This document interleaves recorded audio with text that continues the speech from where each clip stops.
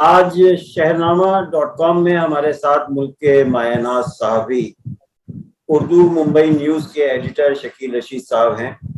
شکیل رشید صاحب کا تعلق بڑے اخباروں سے رہا ہے ہمیشہ۔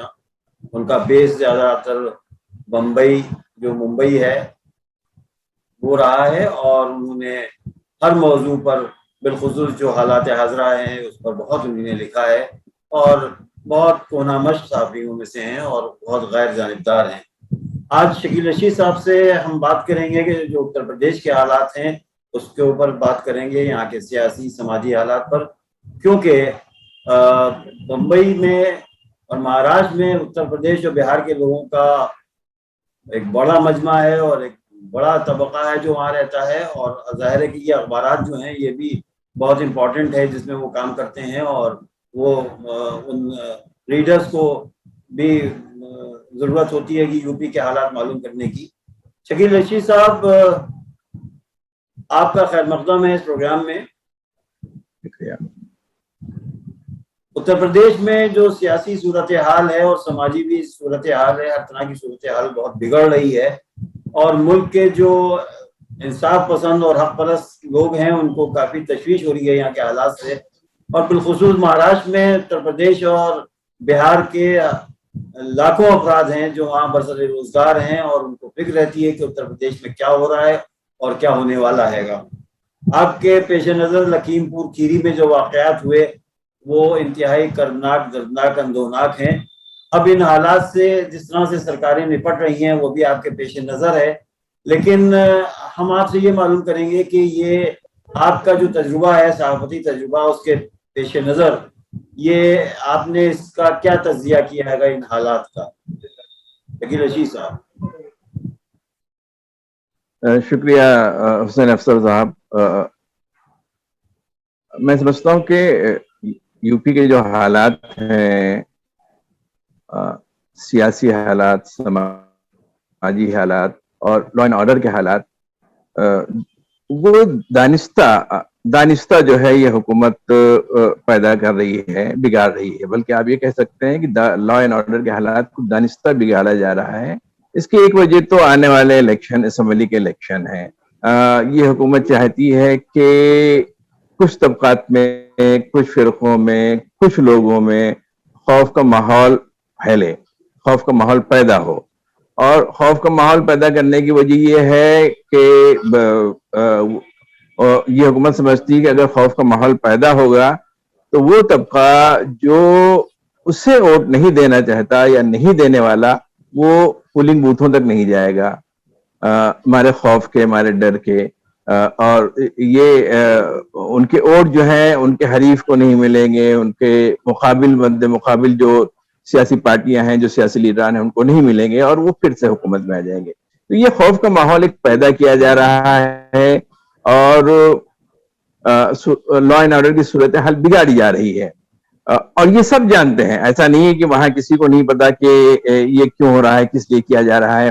وہاں کے جو طبقات ہیں، جو اعلیٰ طبقات ہیں، جو ادنا طبقات ہیں، جو پچھڑے طبقات ہیں، مسلمان بھی ہیں اس میں شامل، سب لوگ جانتے ہیں کہ یو پی کی حکومت، یوگی کی حکومت جو ہے ماحول کو خراب کر رہی ہے، اور اس ماحول کو خراب کرنے کی سیدھی وجہ اس کا سیاسی اور بلکہ الیکشنی فائدہ اٹھانا ہے۔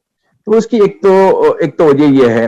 دوسری وجہ یہ ہے کہ یہ جو کسان ایک عرصے سے، بلکہ سال، 1.5 سال کا، 1.25 سال کا عرصہ ہو گیا ہے، وہ دھرنے پہ بیٹھے ہیں، احتجاج کر رہے ہیں۔ جو تین قانون جو ہے منظور ہوئے ہیں پارلیمنٹ میں، وہ ان کے لیے واقعی میں بہت خراب ہے۔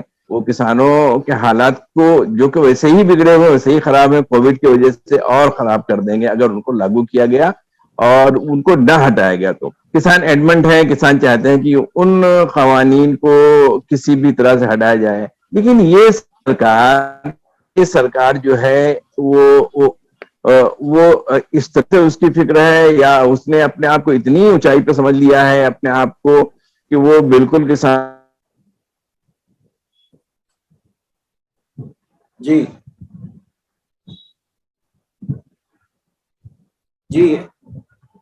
آواز ہماری آ رہی ہے؟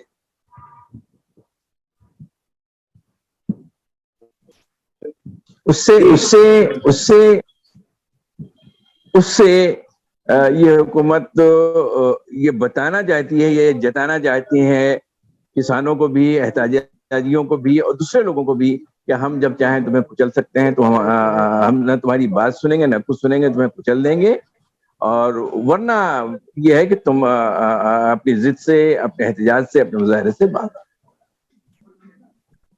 یہ صحیح فرمایا آپ نے، یہ ایک سیاست ہوتی ہے اور ایک ہتھ کنڈا ہوتا ہے، ایک دبا ہوتا ہے جبر و استبداد، اور جو ظالمین ہوتے ہیں وہ جبر و استبداد کا ہتھیار لے کے نکلتے ہیں اور اس کے ذریعے سے وہ کرتے ہیں، اور جو معصوم ہیں اور جنہیں نے کچھ نہیں بگاڑا ہے، جو بے قصور ہیں، ان کو نشانہ بناتے ہیں۔ بہرحال ایک سوال یہ آپ سے ہے کہ مہاراشٹر میں اس وقت جو موجودہ ریاستی حکومت ہے، جو ادھو ٹھاکرے اس کے سربراہ ہیں، ان سے اور اقلیتوں سے کیسا تال میل ہے، اور آپ کی صحافتی تجربہ کیا کہتا ہے؟ یہ تال میل کیا دائمی ہے یا عارضی ہے یا فی الحال یہ ایک مصلحت ہے؟ کس طرح سے آپ نے اس کا تجزیہ کیا ہے؟ فرمائیں۔ میں تو اسے ایک مصلحت ہی سمجھتا ہوں، یہ دائمی تعلق نہیں ہے۔ فی الحال ادھو ٹھاکرے جو ہیں وہ اقلیت سے مراد میری یہاں مسلم اقلیت ہے، حکومت سے، مسلم ہاں جی، یہ جو حکومت ہے ادھو ٹھاکرے کی، یہ مسلم اقلیت سے اگر اس وقت اچھی طرح سے پیش آ رہی ہے تو اس کی سیدھی وجہ یہ ہے کہ اس نے کانگریس کا ساتھ لے رکھا ہے اور این سی پی کا ساتھ لے رکھا ہے۔ اگر این سی پی اور کانگریس کے ساتھ لیتے ہوئے اس نے اقلیتوں کے خلاف کوئی بھی قدم اٹھایا تو اس کی حکومت گر سکتی ہے۔ حالانکہ کانگریس اور این سی پی بھی کوئی بہت نہ مسلم نواز ہیں، نہ مسلمانوں کی محبت ان کے دلوں میں بہت زیادہ ہے، یہ سبھی جانتے ہیں۔ اس کے باوجود وہ اپنے آپ کو سیکولر کہلاتے ہیں، اپنے آپ کو جمہوریت پسند کہلاتے ہیں، تو ایک دکھاوا تو ہے بہرحال، اور اس دکھاوے کو برقرار رکھنے کے لیے ادھو ٹھاکرے مجبور ہیں، ورنہ شیو سینا جو ہے، شیو سینا کا رنگ تو وہی ہے جو دوسری فرقہ پرست پارٹیوں کا ہے۔ اور ابھی حال ہی میں ادھو ٹھاکرے نے جس طرح سے کچھ اشارے کیے ہیں کہ بی جے پی کے ایک لیڈر کی طرف اشارہ کر کے کہ ہمارے آنے والے وقت کے مستقبل کے یہ ہمارے ساتھی ہو سکتے ہیں، برف جو تھی وہ پگھلی تھی۔ جی کچھ برف پگھلی ہے، لیکن ایک چیز آپ یہ سمجھ لیجئے کہ اگر یہ برف پگھلتی ہے اور ادھو ٹھاکرے پھر سے بی جے پی سے ہاتھ ملاتے ہیں تو یہ میری پیشن گوئی ہے اور یہ میرا تجزیہ ہے بہت دنوں کا، شیو سینا جو ہے وہ ختم ہو کر رہ جائے گی، بی جے پی اس کو پوری طرح سے اپنے اندر ضم کر لے گی، اور یہ جو ہے شیو سینا کے لیے بہت بڑا نقصان ہوگا۔ عام طور سے جو مسلم قیادت ہے آپ کے یہاں مہاراشٹر میں، ان کا کیا رویہ ہے؟ زیادہ تر لوگ جو ہیں وہ اس حکومت کے لیے نرمی رکھتے ہیں یا ان کو یہ محسوس کرتے ہیں وہ کہ ایک مصلحت ہے کہ فی الحال خاموشی کا روزہ رکھ لو، اور لیکن وہ ظاہر ہے کہ اس کی جو پارٹی کی ماہیت ہے وہ اس میں شدت پسندی ہے، اور اس کا ٹریک ریکارڈ جو ہے وہ اس طرح کا ہے کہ آدمی الرٹ رہتا ہے کہ بھئی کس وقت ہو جائے۔ لیکن جیسا آپ نے فرمایا کہ اس وقت سیاسی مجبوری ان کی بھی سیاسی مجبوری ہے، اور وہ ظاہر ہے کہ اگر اقلیت میں آ جائیں گے حکومت گر جائے گی، اور یہ بھی آپ صحیح فرما رہے ہیں کہ اگر وہ ان سے انضمام ہو جاتا ہے یا ان سے نرمی ہو جاتی ہے یا برف پگھل بھی جاتی ہے تو بی جے پی پوری طرح سے اس کو شارک مچھلی کی طرح سے ہڑپ کر لے جائے گی۔ جی میں یہاں کی جو مسلم قیادت ہے مہاراشٹر کی یا بمبئی کی آپ کہہ لیں، بالکل اسی طرح جیسے پورے ملک کی مسلم قیادت ہے، جی بے حس، لاپرواہ، اسے کسی کی کوئی فکر نہیں ہے۔ اگر وہ لیڈران سے، قائدین سے ملنے بھی جاتی ہے، حکمرانوں سے ملنے بھی جاتی ہے، تو اس میں جو لوگ وفد میں شامل ہوتے ہیں وہ اپنا مفاد پیش نظر رکھتے ہیں۔ تو میں بہت زیادہ ان قائدین سے، مسلم قائدین سے بہت زیادہ امید نہیں ہوں۔ ابھی آپ نے دیکھا آسام میں ایک وفد جماعت اسلامی اور جمعیت العلماء کا مشترکہ وفد جو ہے وہاں کے وزیر اعلیٰ سے ملا۔ وزیر اعلیٰ سے ملنے کے بعد اس طرح سے پوسٹ کیا جیسے وزیر اعلیٰ کو بہت اس واقعے سے صدمہ ہوا ہو، یا وزیر اعلیٰ نے بہت ہمدردی مسلمانوں کو نہیں دکھائی ہو۔ سب کو پتا ہے کہ وزیر اعلیٰ آسام ہی اس واقعے کے ذمہ دار تھے۔ تو یہ مسلم قیادت کا رنگ ہے. تو مسلم قیادت سے تو ان دنوں اب کوئی امید نہیں رکھی جا سکتی. لیکن یہ ہے کہ فی الحال یہاں مسلم قیادت اس حکومت کے خلاف کوئی آواز بھی نہیں اٹھا رہی ہے اور خاموش ہے, خاموشی سے اپنا تماشا. جہاں تک میرا تجزیہ ہے کہ آپ کے یہاں مسلم قیادت اس وجہ سے آواز نہیں اٹھا رہی ہے کہ ابھی فی الحال کوئی مسلمانوں کو یا اقلیتی طبقات جو ہیں ان کو کوئی ٹارگٹ کیا بھی نہیں گیا ہے یا ایسا ہوا ہے گا. یہاں یو پی میں تو مسلسل یہ ہو رہا ہے, تو اس وجہ سے یہاں خاموشی جو ہے وہ لالا جو بزدلی والی ہے, اور وہاں خاموشی جو ہے وہ ایک مصلحت والی ہے کہ فی الحال کیونکہ وہاں نہ تنظیموں کو, نہ اداروں کو, اور نہ جو تشخص ہے اس کو مٹانے کی کوئی بات ہو رہی ہے. لیکن اس کے برعکس یہاں کے حالات مختلف ہیں. لیکن مجھے لگتا ہے کہ یہاں بھی یو پی جیسے حالات ہو سکتے ہیں. مجھے یہ کیوں لگ رہا ہے, کیونکہ عمر گوتم کی گرفتاری کے بعد, مولانا کلیم صدیقی کی گرفتاری کے بعد کچھ گرفتاریاں یہاں مہاراشٹر میں ہوئی ہیں.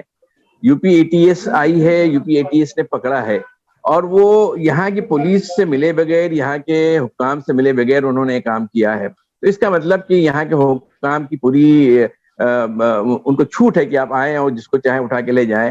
تو یہاں بھی گرفتاریاں ہو سکتی ہیں. تو ایک تشویش کی بات تو ہے, اور وہ گرفتاریاں ہوئی ہیں, ان کے خلاف کسی نے کوئی آواز نہیں اٹھائی. کہیں سے کوئی آواز مجھے اٹھتی ہوئی نظر نہیں آ رہی. ایک جمعیت العلماء کچھ کیس لڑتی ہے تو جمعیت العلماء نے کچھ موو کیا ہے عدالت کو, بس اس کے علاوہ اور کچھ نہیں نظر آتا. ایک سوال یہ ہے جو میں عام طور سے مہاراشٹر کے جو صحافی ہیں, جو ہمارے ساتھی ہیں, کچھ ہم سے جونیئر ہیں, کچھ سینئر ہیں, ہم ضرور پوچھتے ہیں کہ اردو کا وہاں کیا حال ہے. اور اردو کافی یو پی سے بہت اچھی حالت میں تھی, اور ہم جب جاتے تھے تو اردو میں کے شبینہ اسکول تھے, اور اردو کی وجہ سے اخبارات کی سرکولیشن بھی کافی بڑھتے ہیں. مدارس کی وجہ سے بھی اردو کے اخباروں کے اچھا حال تھا. لیکن اردو کی کیا زبوں حالی ہے وہاں, کیا قسم پرسی کا عالم ہے اردو کا, کہ کیا ہے اردو, کیونکہ اردو کے سرکولیشن سبھی کے, کسی ایک خاص اخبار کی میں بات نہیں کر رہا ہوں, یہاں تک کہ ہندی اور انگریزی اخبارات کے بھی سرکولیشن کووڈ کی وجہ سے کم ہوئے تھے. تو اس کا اثر اردو پر بھی پڑا ہے. تو اردو کی جو نئی جنریشن جو ہے گھروں میں, جو 10 سال کے, 15 سال کے, 20 سال کے رینج کے ہیں, وہ اردو سے نابلد ہیں, اور وہ اردو, انگریزی اور ہندی کی طرف جا رہے ہیں. تو اردو جو وہاں کے اسکول ہیں, کالجز ہیں, یا تنظیمی ادارے ہیں, وہ اس سلسلے میں کوئی پیش رفت کر رہی ہیں. میں بہت افسوس کے ساتھ کہوں گا کہ کوئی پیش رفت اس جانب نہیں ہو رہی ہے. یہ سچ ہے کہ یہاں اردو کے اسکول زیادہ ہیں مہاراشٹر میں, مدرسے ہیں جن میں اردو پڑھائی جاتی ہے, لیکن پڑھنے کا جو چلن ہے, جو پیدا کیا جانا چاہیے, اس کی جو تربیت کی جانی چاہیے, وہ نہیں ہو رہی. تربیت نہیں کی جا رہی ہے کہ لوگ پڑھیں. عام طور پر آج کے بچے, چاہے مدرسوں کے بچے ہوں, چاہے اسکولوں کے بچے ہوں, چاہے کالجز کے بچے ہوں, موبائل میں زیادہ بزی رہتے ہیں. موبائل میں بھی پب جی کھیلتے ہیں یا دوسری طرح کے پروگرام دیکھتے ہیں. یہ ایک افسوسناک صورتحال ہے. پڑھنے کی طرف سے رجحان لوگوں کا بری طرح سے ختم ہوا ہے, یا پڑھنے سے رشتہ ٹوٹا ہے. میں آج مکتبہ جامعہ میں صبح 10 بجے پہنچا تھا. 10 بجے ان کی دکان کھلتی ہے, اور 10 بجے سے میں 3 بجے تک اتفاق سے وہاں بیٹھا ہوا تھا, کسی سے ملاقات کرنا تھی. آپ یہ سن کر حیرت زدہ رہیں گے کہ 10 سے 3 تک میں بیٹھا رہا, ایک بھی گراہک وہاں نہیں آیا, ایک بھی گراہک وہاں نہیں آیا. تو یہ صورتحال ہے.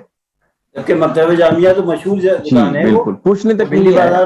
جی مکتبہ جامعہ مشہور دکان ہے, ادبی دکان ہے. وہاں بس یہ ہے کہ وہاں مذہبی کتابیں نہیں ہیں. مذہبی کتابیں اگر ہوتی, پارے ہوتے, تو شاید لوگ آتے. جی یہ تو حالات بہت خراب ہے اردو کے. حالانکہ عام طور سے ہم لوگ تو بڑا فخر کرتے تھے کہ مہاراشٹر میں اردو کے حالات جو ہیں وہ یو پی سے بہت بہتر ہیں, اور جو روایتی مراکز تھے اردو کے, ان میں ہم لوگ کیا تو بہت برا حال ہے. تو ہمیں اس میں کوئی شک نہیں ہے حسین صاحب. میں آپ کو بتاؤں کہ ہے یہاں اردو پڑھائی جاتی ہے, سب کچھ ہے, لیکن ایون اردو کے جو اساتذہ ہیں, جو ٹیچر ہیں, جو استانیہ ہیں, وہ تک کتابیں اور اخبار نہیں پڑھتے. ان کو پیسے ملتے ہیں, اس کے لیے الگ سے بھتے ملتے ہیں, لیکن پڑھنے کا دوسروں کو پڑھنے کی طرف مائل کرنا دور, خود نہیں پڑھتے. اب یہاں جو ادارے ہیں, اب میں بتا دوں, ایک اردو کارواں ہے. اردو کارواں ایک ادارہ اردو کے ترقی کے لیے, فروغ کے لیے ہے. لیکن وہ کیا کرتا ہے, صرف اسی طرح زوم پر آ کر یا کسی اسٹیج پر آ کر کچھ لمبی چوڑی تقریریں کر دے گا. پریکٹیکلی اردو کے فروغ کے لیے یہ لوگ قدم کوئی نہیں اٹھاتے, پریکٹیکلی کچھ نہیں ہوتا, صرف بس گفتن اور نشستن اور برخاستن کی بات ہوتی ہے اور کچھ نہیں, بس یہ ہے. مجموعی طور سے وہی بے حسی ہے, وہ قوم پر بھی ہے اور اردو داں طبقات جس میں سبھی ہو سکتے ہیں ان پر بھی ہے. کہ بہرحال آپ کا اپنا کیا مشورہ ہے کہ کیا ہونا چاہیے اردو کے فروغ کے لیے مہاراشٹر میں؟ میں یہ سمجھتا ہوں کہ اردو کے جو اسکول ہے اور اردو جن کالجوں میں اردو پڑھائی جاتی ہے, وہاں کے اساتذہ, وہاں کے ٹیچر اردو والے, اور اردو کی تنظیمیں, اردو کے ادارے اور اردو کے فروغ کے لیے جو کام کرتے ہیں, وہ بچوں کو پڑھنے کی طرف مائل کریں, کتابیں خریدنے کی طرف مائل کریں, اخبارات خریدنے کی طرف مائل کریں, اور صرف مائل نہ کریں بلکہ ان پر فورس کریں کہ آپ کو پڑھنا ہے. میں آپ کو بتاؤں, میرے استاد ہوا کرتے تھے, مرحوم ہو گئے, آپ کے فیض آباد کے تھے, انجمن اسلام میں پڑھاتے تھے, شفیق عباس صاحب, سید احتشام حسین کے بھانجے لگتے تھے شفیق عباس صاحب. وہ باقاعدہ ہم لوگوں کو کتابوں کے نام دیتے تھے, کتابیں پڑھواتے تھے, کہتے تھے جاؤ لائبریری سے, انجمن کی لائبریری ہے وہاں سے لو, ایشو کراؤ, پڑھو, اور پھر اس کے بعد پوچھتے تھے آپ نے کیا پڑھا. تو ایسے اساتذہ ہونا چاہیے, ایسے استاد ہونا چاہیے, خود بھی پڑھیں, بچوں کو بھی پڑھوائیں اور پڑھنے کی طرف مائل کریں. ایک تحریک بنائیں کہ آپ پڑھیے, آپ خریدیے اور پڑھیے. اردو کی جو ترویج و ترقی آپ کے مہاراشٹر میں ہوئی, وہ سب سے زیادہ مؤثر اور متحرک ادارہ یا تنظیم کون سی تھی جو اب نہیں اس میں پیش ہے؟ کوئی ایسا ادارہ یا تنظیم تھی؟ نہیں, کچھ ادارے بنے اور بکھرے اور ٹوٹ گئے, ختم ہو گئے. یو پی آئی ایک زمانے میں بنی تھی, جن میں کئی بڑے نام تھے, پروفیسر سید محی رضا صاحب تھے, اور اس کے جو صدر ہوا کرتے تھے, مجھے سب نام یاد نہیں آتا, بڑی ادبی شخصیت تھی, لیکن بس تھوڑا سا کام کیا, اس کے بعد ختم ہو گیا یہ معاملہ ہوا. تو کوئی ایسی بہت سرگرم انجمن, سرگرم ادارہ ہمارے سامنے اب تک نہیں نظر آیا. جو بڑے اسکول ہیں, مہاراشٹر کالج ہے یا انجمن اسلام کالج ہے آپ کے یہاں, کہ ان کو یہ چاہیے, جہاں تک میرا ایک مشورہ ہے, ان کو یہ چاہیے کہ اردو کے لیے جو ایکسل اسٹوڈنٹس ہوں ان کے لیے انعامات رکھیں, ان کو اعزاز سے نوازیں, ان کو کچھ نقد پیسے دیں اور اس کے بعد میں ان کی پذیرائی کریں. تو ہو سکتا ہے کہ ان میں شوق بڑھے, اور ڈیبیٹ کریں, بیت بازیاں کروائیں, اس طرح سے چیزیں مہم شروع ہو سکتی ہے. کیونکہ یہ بہت خطرناک سائن ہے کہ اردو کا گراف جو ہے وہ آپ کے یہاں بھی گر رہا ہے, ہمارے یہاں تو پہلے ہی گر چکا ہے. تو آپ کے یہاں اچھی حالت تھی, لیکن اب جو سننے میں آ رہا ہے گا اس کی وجہ, اب اس کا اثر ظاہر ہے کہ جو رسائل و جرائد و اخبارات ہیں ان پر بھی پڑتا ہے گا, اور ان کا سرکولیشن گھٹتا ہے. جب گھٹتا ہے تو جو ملازمین ہیں ان کی تعداد بھی گھٹتی ہے, اور وہ پورا ایک بحرانی کیفیت شروع ہو جاتی ہے. تو پریشانیاں تو ہوتی ہیں گی. تو اس طرح کی چیزیں جو ہیں, اگر یہ جس طرح سے میں نے عرض کیا کہ اس طرح سے اگر آپ کے انجمنیں اور ادارے اور تنظیمیں اس طرح کے ڈیبیٹ کریں اور بیت بازیاں کریں اور اس میں پذیرائی کریں بچوں کی, تو ممکن ہے کہ یہ گراوٹ جو ہے وہ ختم تو نہیں ہو پائے گی, لیکن رک جائے گی, یا اس کی رفتار جو ہے وہ دھیمی ہو جائے گی. جی جی جی جی جی بالکل یہ ہونا چاہیے. لیکن ہوتا یہ ہے کہ جو مقابلہ جاتی پروگرام ہوتے ہیں, مقابلے کے پروگرام ہوتے ہیں, ان میں مضمون نویسی کرائی جاتی ہے. ارے بھائی مضمون نویسی بہت ہو گیا, آپ کچھ تخلیقی کام کرائیے, فکشن لکھوائیے, نظمیں لکھوائیے, غزلیں لکھوائیے. اس طرح کی چیزیں نہیں ہوتی. بچوں کو لکھنا نہیں آتا, میں آپ کو بتاؤں بچوں کو لکھنا نہیں آتا. ایک استاد ہیں وہ ثبوت جو ہے سواد سے لکھتے ہوئے نظر آئے. تو اس طرح سے ہو رہا ہے. تو اب میں کیا کروں, یہ صورتحال ہے, بہت خراب صورتحال ہے, اور اس پہ کیسے روک لگ سکے گی. اور جہاں تک میں اسکولوں کی بات کرتا ہوں, میں اداروں کی بات کرتا ہوں, کالجوں کی بات کرتا ہوں, وہاں لائبریریاں تک نہیں کھلتی. ہمارے زمانے میں تو میں انجمن اسلام میں تھا تو لائبریریاں کھلی رہتی تھیں. اسکول کے بعد اس میں لائبریرین بیٹھتا تھا, لوگ آتے تھے کتابیں پڑھتے. لائبریریاں بند رکھتے ہیں لوگ, جی ہاں, وہ لائبریریوں میں کتابیں نہیں لیتے, ختم ہو رہا ہے. ہمارے یہاں ایک چیز یہ بہتر ہوئی ہے کہ بھلے ہی لکھنا لوگوں کو کم ہو رہا ہے جو نئے بچے ہیں، لیکن پڑھنا بھی کم ہو رہا ہے، لیکن ایک عجیب سا ایک طبقہ پیدا ہو گیا ہے کہ جو آپ کو تلفظ اور اردو کے سلسلے میں آپ کو باور کرائے گا، آپ کو ایجوکیٹ کرے گا.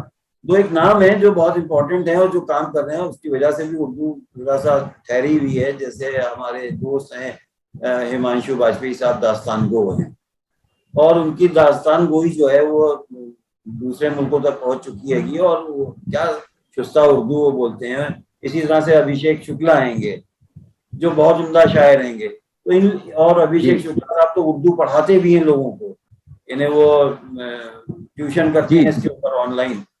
تو یہ جو طبقہ ہے جو جو اردو دان نہیں تھا، لیکن اب وہ اس میں کافی وہ ماہر ہو گئے ہیں لوگ، وہ کافی کام کر رہے ہیں. اور کچھ گروپ جو ہیں وہ بھی آپ کے کریش کورسز بھی کرنے لگے ہیں، جس میں وہ آپ کو تلفظ سکھاتے ہیں کہ بھئی یہ ایسے نہیں ایسے بولا جاتا ہے، یہ ایسے ہوتا ہے. تو دیکھیے امید تو ہے کہ کچھ کہیں نہ کہیں کچھ نہ کچھ کام ہوتا رہے گا. ہم آپ کے بہت شکر گزار ہیں کہ آپ نے، ظاہر ہے کہ آپ ایڈیٹر ہیں، آپ اس وقت جو وقت رہے گا، اس وقت خبروں کا فلو بہت بڑھ جاتا ہے اور آپ مصروف ہیں، لیکن اس کے باوجود آپ کے ممنون ہیں، متشکر ہیں کہ آپ نے ہماری معمولی سی آواز پر لبیک کہا. اور انشاءاللہ پھر ہم آپ کو زحمت دیتے رہیں گے. بہت بہت شکریہ. بہت بہت شکریہ.